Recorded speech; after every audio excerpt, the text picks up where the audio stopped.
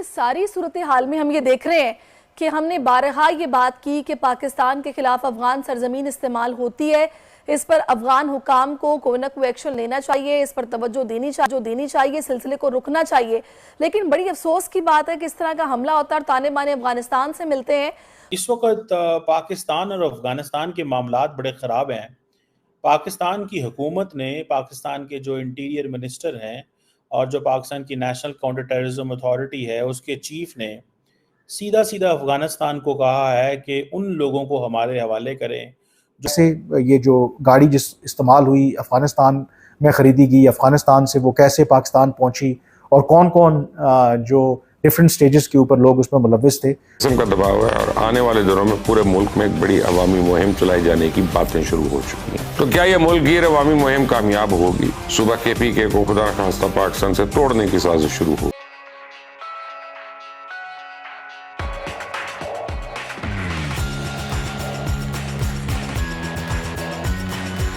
Strategy इसकी continuation मेरे ख्याल में बेहतर है। अगर आप देखें ये 3 डायमेंशनल है। एक तो military operation with in Pakistan जो है और डिटर्मिनेशन है पॉलिटिको मिलिट्री लीडरशिप की कि इंशाल्लाह इस साल के एंड तक इसका जो है मैक्सिमम कला कमा किया जाएगा। बॉर्डर फेंसिंग वगैरह है, एंटी स्मगलिंग के मेजर्स हैं और स्ट्रेंथनिंग ऑफ नेक्टा वगैरह भी, जिस तरह इंटीरियर मिनिस्टर नेक्टा गए हुए थे तो आई थिंक दोबारा उसको फाल बनाया जा रहा है। दूसरा है डिप्लोमेटिक लेवल पे कम्युनिकेशन है अफगानिस्तान की करंट गवर्नमेंट के साथ और थ्रू रीजनल। अगर आप देखें रीजन का भी काफी प्रेशर है। मॉस्को फॉर्मेट में हुआ, वहाँ पे सारे रीजन इनसे बात की और अभी एक इंटरनेशनल टेररिज्म की वेव नजर आ रही है। जिस तरह मॉस्को में अटैक हुआ तो उसमें सारी दुनिया परेशान है, इवन ईरान जो है। और तीसरा जो है आपने देखा भी ट्रांस फ्रंटियर अटैक्स भी पाकिस्तान ने 2 दफा कर चुके हैं मेरे ख्याल, जहाँ पे हमें क्लैरिटी होती है कि यहाँ पे टेररिस्ट मौजूद, तो एक मैसेज कम्युनिकेट किया गया। लेकिन इससे ज्यादा आई थिंक एक और चीज इंपॉर्टेंट है, इस वक्त अफगानिस्तान के इंटरनल एनवायरनमेंट है, उसको आई जस्ट 1 मिनट में कवर करूंगा कि इस वक्त जो GDP है $6.5 बिलियन है, जो फैसलाबाद की GDP का 11वां हिस्सा भी नहीं बनता। That is the total I would say economic strength जो है। -0.6% इस साल रहा उनका इकोनॉमी का, जो आप कह लें माइनस में चली गई, ग्रोथ नहीं हुई। 40% आबादी जो है वो इस वक्त भूख का शिकार है और ये UN के फैक्ट्स हैं। तो इसका मतलब है कि अफगान अवाम जो है उनको बेसिकली पनिशमेंट मिल रही है बिकॉज ऑफ दिस गवर्नमेंट। तो पाकिस्तान जब भी स्ट्रेटजी बनाएगा या जो करता है इनके साथ एंगेज में, ये बड़ा ख्याल रखा जाता है कि अवाम के साथ जो है वो हमारी एंगेजमेंट रहे और गवर्नमेंट को डेफिनेटली डिप्लोमेटिकल भी आपने समझाना है। साहब मुझे ये बताएगा कि क्या ये हकीकत है कि अफगानिस्तान में ऐसे ग्रुप्स मौजूद हैं जो कि दहशतगर्दी में फाल भी हैं और इस हवाले से इन कार्रवाइयों में मुलव्विस हैं और अफगान हुकूमत के कंट्रोल से बाहर हैं, यहाँ फिर वो इस पर तवज्जो नहीं देना चाह रहे, इनको कंट्रोल नहीं कर पा रहे, करना चाहते हैं? इस हवाले से हालात क्या हैं? जी मेरे ख्याल दोनों चीजें हैं। लाइक IS का कहा जाता है कि शायद आउट ऑफ कंट्रोल है बिकॉज IS से इनको भी अटैक, लेकिन जो TTP है, जो प्रॉक्सीज हैं जो पाकिस्तान के अगेंस्ट इस्तेमाल हो रही हैं, या इसी तरह कुछ ब्लो सब नेशनल ग्रुप है वो भी वहां से सपोर्ट हो रही है और उसमें शायद भारत भी इन्वॉल्व, बिकॉज भारत भी बड़ा एक्टिव हो रहा है। तो उसमें तो अभी जो प्रूफ्स दिए गए, लाइक अभी जो इंटीरियर मिनिस्टर ने डिमांड की इज बेस्ड ऑन फैक्ट्स, इसमें नूर वली मसूद है या बाकी जो इनके कार्डर्स के हेड्स हैं या जो बेसिकली पाकिस्तान में ऑपरेट करते हैं, तो इनके प्रूफ्स जो है with videos with evidence audio सारे उनके हवाले किए गए। तो उसमें तो कोई शक नहीं है कि इनको लॉजिस्टिक सपोर्ट भी है और यही वो वजह है मैंने बताया कि जो इकोनॉमिक हालत जब खराब हो तो फिर आप टेररिज्म का सहारा लेते ताकि कंसेशन मिले, बेसिकली स्मगलिंग की इजाजत दी जाए। उसके बाद जो है वहाँ रिफ्यूजीज को भी शायद हमें मजबूर करें इधर रखें, मतलब ये उनकी एक अटेम्प्ट हो सकती है।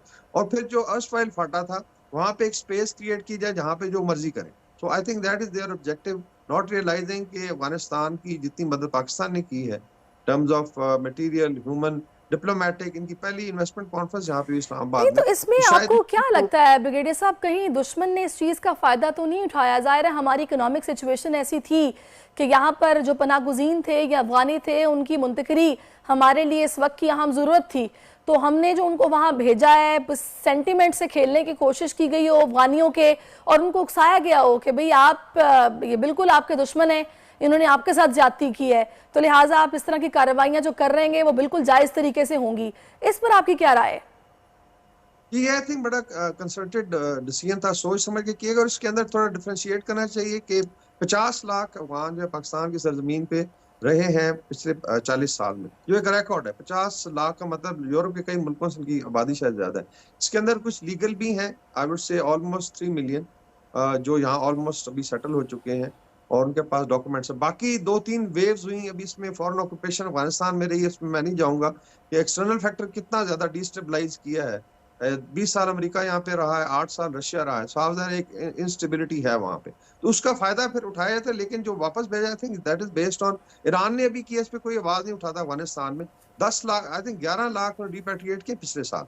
पाकिस्तान ने भी ये कहा कि इलीगल आए वापस जाए और अपना आप शेयर करें लोड, जो है गवर्नमेंट अपनी जिम्मेदारी ले। तो ये आई थिंक इसमें Pakistan should stand with this commitment.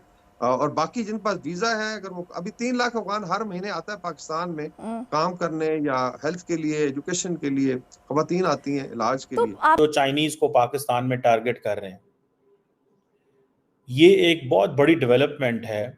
और अगर आपको याद हो कि जब लास्ट टाइम ये 2 हफ्ते पहले, 1.5 हफ्ते पहले, जब पाकिस्तान के deputy prime minister and foreign minister China गए, तो वहां जाके जो बातें की, उसमें जो टॉप मोस्ट प्रायोरिटी दी गई वो टेररिज्म को दी गई। और मैं इस चीज़ पे बड़ा परेशान हूँ कि एक तरफ अमेरिका भी हमसे लार्जली सिक्योरिटी के ऊपर बात करता है, रशिया भी सिक्योरिटी के ऊपर बात करता है, वेस्टर्न वर्ल्ड भी लार्जली सिक्योरिटी पे बात करती है, इंडिया भी सिक्योरिटी पे बात करना चाहता है। हम दुनिया को चाहते हैं कि हमारी शक्ल जो है वो जियो इकोनॉमिक्स की लगे, हम बिजनेस और कारोबार और ये चीज़ें करना चाहते हैं, लेकिन दहशतगर्द जो हैं वो हमारे पीछे पीछे हैं। अब याद होगा थोड़ा अरसा पहले, कुछ 2 महीने 1.5 महीने पहले, चाइनीज जो हैं इंजीनियर्स को टारगेट किया गया, जो कि एक अफगान नेशनल ने हमला किया और उसके फैसिलिटेटर्स जो थे वो पाकिस्तान के अंदर मौजूद थे। उन्होंने जो हमला किया उसके अगेंस्ट जो चाइनीज मारे गए मार्च में इस साल, पाकिस्तान ने $2.5 मिलियन चाइनीज को दिया है। $2.5 मिलियन। अब पाकिस्तान ने अफगानिस्तान को ये वार्न कर दिया है कि इन केस अगर आप हमारे साथ ताउन नहीं करेंगे तो हम यूनिलैटरल स्टेप लेंगे। केपीके की हुकूमत बचकाना सियासत क्यों कर रही है? पुराने दुश्मन एक दूसरे को डीजल और यहूदी एजेंट कहने वाले सियासी हरीफ अब बहुत करीब आ चुके हैं। मुलाकातें हो चुकी हैं, साथ नमाजें अदा कर चुके हैं, प्रेस कॉन्फ्रेंसेस भी हो चुकी हैं, लेकिन अब दोनों ने एक दूसरे से वक्त मांगा, क्योंकि इस लड़ाई की एक लंबी दास्तान है, उसे कम होने में कुछ वक्त तो लगेगा। उसका पूरे सियासी मंजरनामे पे क्या असर पड़ेगा, इस पर आज इस वीडियो में बात करूंगा। लेकिन आगे बढ़ने से पहले आपने अगर अभी तक इस चैनल को सब्सक्राइब नहीं किया तो प्लीज कर लें, बेल आइकॉन को प्रेस करना मत भूलिएगा। पाकिस्तान में सिर्फ और सिर्फ एक ही शख्स का बयानिया चल रहा है, सिर्फ एक ही शख्स मकबूलियत की बुलंदियों पर है, सिर्फ एक ही जमात केपीके से लेके कराची तक मकबूलियत का दावा कर सकती है, और वो है तहरीक इंसाफ और इमरान खान। अब आप इसको इमरान खान की कामयाबी कहें या फिर दूसरी सियासी जमातों की नालायकी कहें, लेकिन हकीकत यही है। मसलन अहमद अजहर जो काफ़ी अरसे के बाद मंजर आम पे आई हैं, उन्होंने एक पेशन गोई की है। वो कहते हैं जी एक पेशन गोई तो मैंने इलेक्शन से पहले की थी कि पीटीआई का टिकट लेने के लिए लोग लाइन लगा के खड़े होंगे तो पीटीआई भारी अक्सर से जीतेगी, और वही हुआ, पीटीआई जीत गई। अब दूसरी पेशन गोई ये है कि यह हुकूमत गर्मियाँ भी नहीं निकाल सकती, बल्कि इससे पहले एक अवामी समुंदर होगा जो सड़कों पर निकलेगा और यह हुकूमत राह फरार ढूंढना शुरू कर देगी। तो इस बात में खबर तो यह है कि पीटीआई पिछले काफ़ी दिनों से एहतजाज की तैयारियां कर रही है, लेकिन उनसे एहतजाज हो नहीं रहा। ना ही इलेक्शन के बाद पीटीआई के लोग सड़कों पे निकलना चाह रहे हैं। शायद उसकी एक वजह यह है कि लोग मायूस हो चुके हैं, इमरान खान जेल में है और पीटीआई की सारी आला क़यादत जो है वो आपस में लड़ रही है। इमरान खान मुल्की सियासत की बजाय जेल में उनके आपस में इख्तलाफात ख़त्म करा रहे होते।